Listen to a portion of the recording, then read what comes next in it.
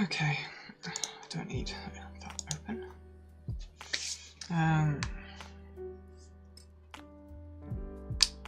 Hey, so I'm gonna first of all kind of talk you through DucksnakerPRO, which is my new software. I'll show you the link. It should be if you go to sophieH.itch.io and then /DucksnakerPRO. You can pick up DucksnakerPRO. It's only $3,000 right now, so I think it's a pretty good deal, and I'll show you why. Obviously, patrons can have this free because, you know, I've got continuing support, so I appreciate that. So I'll talk you through it. There's this is the toolbar, but this is the canvas. This is where we'll be making our little duck snakes. I'm moving the mouse a bit fast there. It's not totally perfect, but it is the best duck snaking software you're gonna find. There we go. We've made ourselves a little duck snake. First up, the canvas size is totally customizable. We can go, well, 300 seems a bit much. We'll go 200 by 20, and we can have, you know, these ultra wide, really in-depth duck snakes if we want to just go all the way out there. And you know, you can have that canvas. It goes a bit like if you go more than like a few hundred by a few hundred tiles, you know, depending on your computer's memory, you might have problems. So I feel like 20 by 20 is most reasonable. If you're doing something by Twitter, I think 17 by 8 is the ideal kind of canvas size. And you can, you know, alternate that if you want to make it taller, thinner, or whatever. But this is the kind of duck snake that's going to fit into a tweet. So you just enter your canvas size, hit new, and you can get started. I'll talk you through each of the tools. The first off is the stamp. This was the first tool implemented, and we can choose like which brush, which duck snake piece. And so if you want, you can go piece by piece and just like draw across and, you know, fill out the duck snake as you see fit. You know, it's a bit of an awkward way to go, which is why I added you know, more robust tools afterwards. But it's all right. You can right click to clear a tile, and this works with any tile. You know, I say fill, and right click is going to just clear a tile. So that's good. We've got full undo support. Undo, I think there's 30 steps of undo, which is quite a bit. Oh, it's not 30 steps of undo. I might need to look into that. But redo to Control Z, Control Y. Backspace clears everything. Yeah, I've just shown you the fill. The fill works. Drawing is basically where you're going to do the core of your like bespoke duck snaking. It's you know, you just click and drag, and wherever you drag to, it's gonna try and fill out a line for you. Basically, it remembers where you entered a tile, and when you exit the tile, it curves the line around for you so that it goes in and follows you around. So that's how that works. Let's clear that. Then we have the auto snake, which is a really advanced feature, but you can just click it and it'll draw a snake for you. If you don't like the way how sometimes it crosses over itself, like here or there, you can press Q, which is a shortcut for the simple auto snaker, and that's gonna never, you know, try and cross over any tiles or anything. And I should introduce this block as well. Oh, let's stamp it first. If I draw with this, it doesn't export. See, if I like do the export preview, I'll just do an auto snake. It doesn't ever cross over. The auto snake won't cross over these blocks. And if I hold tab, you can see the exported preview. Those blocks don't export anyway. So it's a good way of like masking out an area. And you know, you can quickly erase it as well just by using the fill tool. Vexel, how long did you spend making this UI?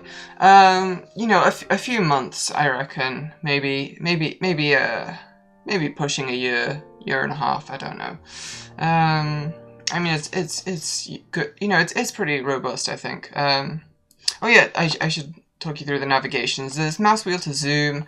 You can hold space and click to pan, and at any time you can just press Control 0 and it'll zoom to the view. This works even for you know, absurdly sized stuff. So like, you know, if we've got very wide, it works. I could swap those around. 8x400. You know, see, it's a ridiculously tall thing, but the tool knows what to do with it. Good evening to you too, Vexel, or morning, or whatever it is. But Flaps McGee, do you need to purchase it for every computer, or is the corporate pricing? For now, it is you know, one purchase for each seat. You know, you buy it for every license you use. I'm looking into other pricing options later, perhaps, but for now, that's how it is. This isn't your father's Ducksnaker tool. No, like, the auto-snaking is revolutionary, really. That could have taken someone hours, you know, using the old form of, you know, you copy and paste each little bit of text, each tile one at a time. It could take a long time, but the auto-snaker, it goes straight for it, and it can save you a lot of time. Yeah, let's clear that. I should talk about the marquee. The marquee is actually quite useful for creating tiling patterns. Let me just Control D. Control D and Control A are the same thing. Control A just means everything is selected. Control D also means everything is selected. So if I copy now, it's going to copy the canvas, and you could paste that into Twitter. You could paste it into Ducksnaker. I'll just make a simple tiling pattern that we can use. Something like that. Okay. I select the marquee. Oh, a bit wide there. Copy, and I can just paste it with Control V. But if I wanted to, I can use Control H to have a horizontally mirrored paste. Also Control J if I want to do vertically mirrored. And let's copy that, and then horizontally mirror it. And you can see how you can quickly have very large duck snakes if you build up like little blocks and then add them up to each other, and build very large patterns. I mean, this is a very small canvas, but you know, you can go bigger. Auto equals mass-produced, non-bespoke duck snakes, but it's a cool feature. Yeah, it's more about enabling the user. Like if you want to like craft each tile by hand, you can do that one tile at a time. You can stamp it, pick which bit you want to use. It's fine, and that works for you. You know, that's definitely how I used to use it. But I feel like the Ducksnaker is you know, I'm using it more than I would have expected, the auto-snaking feature. And it's more about empowering users. You know, the option is there if you want it. And I think a lot of people are going to make use of it. It's definitely useful. Can multiple auto-snakes run at the same time on a huge canvas? I am glad you asked that. Let's make a huge canvas and I can demonstrate it. Select the auto-snaker. There's shortcut keys for everything, by the way. There's auto-snaker A, Q is the simple auto-snaker, S for stamp, what else do we have? M for marquee, and D for draw. Those are our things. Anyway, auto-snaking, so we can just start one off and then another, and so you can very rapidly have a wide collection of automatically made snakes in your Ducksnake art. It doesn't add the heads, you know, you've got to do that yourself, but if you stamp a head on, let's just select the stamper and the head. If you stamp a head next to the end of a snake, it will automatically add the bill for you as well. So it's, there are some time-saving features like that that can really make a difference. You know, it can be a bit awkward to, you know, just say stamp head and then stamp a bill, but if you've got something to attach a head to, it'll add the bill right there. So, you know, there's a lot of time-saving features that makes this really a premium duck snaking product. And as I've mentioned, you hold tab, you can preview your duck snake. You can, if I select the marquee and I say I really like this part of the duck snake here, I want to put that on Twitter. You can just Control C and let's see, we've got Twitter. I say tweet, and I can just paste that duck snake right in there. You should know that Twitter doesn't like white space at the start of a tweet. So if your snake doesn't have a thing at the start, you could just put a little full stop or a message like "my duck snake," something like that, and it'll be fine. Let's discard that. And of course, copy and pasting, you know, it works on here. So if I try and get this in the right position, how many tiles wide is that? 4, 5, 6, 7, 8, 9, 10. 1, 2, 3, 4, 5, 6. Something like this. Oh, almost. Yeah, I wanted to have some kissing duck snakes. There we go. So you can have stuff like that work really quickly. And because it's a huge canvas, you know, we can keep going. We could add an auto snake and see how it's combined with the existing duck snakes for just this added complexity, and it really adds this visual interest, I feel. Might I have inspired this idea, Sophie? The game I'm developing is very similar. Well, this isn't a game, Sherry. This is a professional tool. But yeah, I mean, the duck snakes have been a part of my brand for quite a while now. But I decided to get serious about them a couple of months ago, and I was kind of gearing up and making this tool and thinking, you know, I'll announce it when I'm ready. But I was worried, you know, giving up on video games. It was a big deal for me. So, you know, a lot of people, you know me for like as someone who makes video games. So not doing it anymore was quite a challenge for me. So I kind of developed this in secret, and you know, it took me a while to get up the courage to just come out and say, hey, I'm a duck snake artist. I make duck snaking tools. That's who I am. That's the feature I was looking for. I'm glad this is a good tool and it's working out for you. Another thing that I meant to say, as well as copy paste export, you know, as a text thing, we can just click export there, and you see it's save screenshot. So if I pull up the that's not the right folder at all. It's on the desktop somewhere. Here we go, I think. Windows, exported duck snakes. There we go. And you can see it's made a nice PNG image. Oh, it's got transparency as well, so you can't see it there. But if I open it up in an art editor or something, an image editor, which will take a while to load, because you know it's not as well made as DucksnakerPRO. DucksnakerPRO opens very quickly. But yeah, you can see that's a PNG file of the duck snake we just made, and we can edit it as we please. Like if we feel like blurring it, let's add a bit of a blur. Yeah, really. Yeah, make it like it's in the foreground, and we can add various effects like a gradient, and really, you know, really use duck snakes in an unconventional way. I mean, traditionally they're all text-based, but this DucksnakerPRO allows you to have an image-based approach to duck snake creation, and I think that's pretty exciting, to be honest.